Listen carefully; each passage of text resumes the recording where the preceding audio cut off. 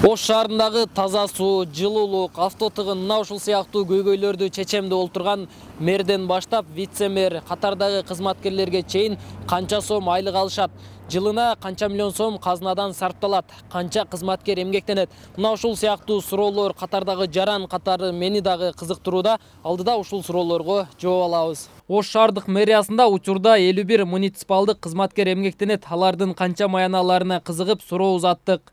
Канча айлык аласыз? Сыр болсо айтып койсоңуз. Бул боюнча муниципалдык кызматкерлердики, младшийлердики, главныйлардыкы болуп баардыгы өзүнүн шкалалары бар. 30дан жогору алып калышты балдар.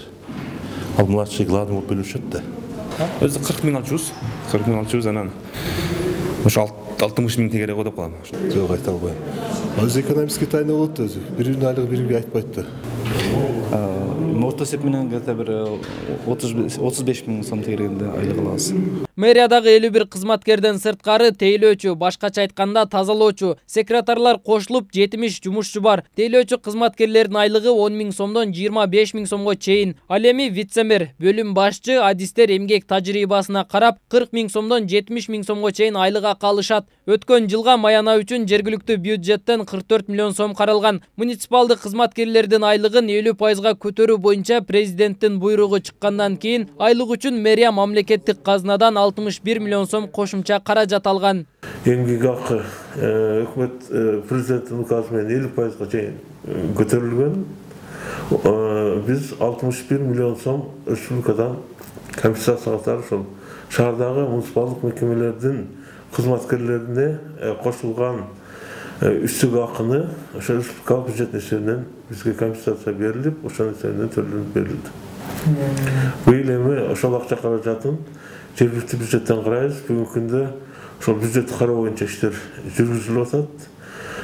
Февраль айында шаардык кеңештин кароосуна киргизебиз. Берген убадасына турган жок. Кызматтык абалынан пайдаланды. Коомдун көйгөйүнө кайдыгер карады. Коомчулукта бул сыяктуу сындар мэрия кызматкерлерине байма-бай айтылып келет. Мындан улам салыштырмалуу көлчөмдө айлык маян алган мэриянын кызматкерлери татыктуу жумуш аткарып, көйгөйлөр чечилип жатабы деген суроо туулат. Чындап айтканда, аппаратта иштеген балдардын чындай жумушу оор.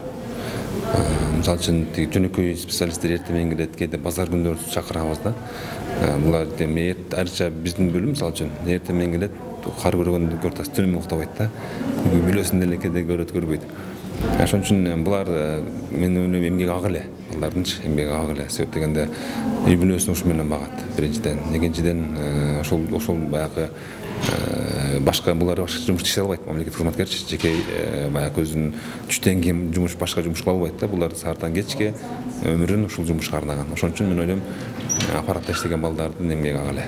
Ош шаардык статистика башкармалыгынын маалыматы боюнча шаардыктардын орточо айлык акысы 25 миң сомду түзөт. Эскертсек, 2022 жылдын 2-августунда президент Садыр Жапаров мамлекеттик жана муниципалдык кызматкерлердин эмгек акыларын көтөрүү боюнча жарлык чыгарган болчу. Нургелди Каныбек уулу, Азам Бузриков, Бейтарап, Ош шаары.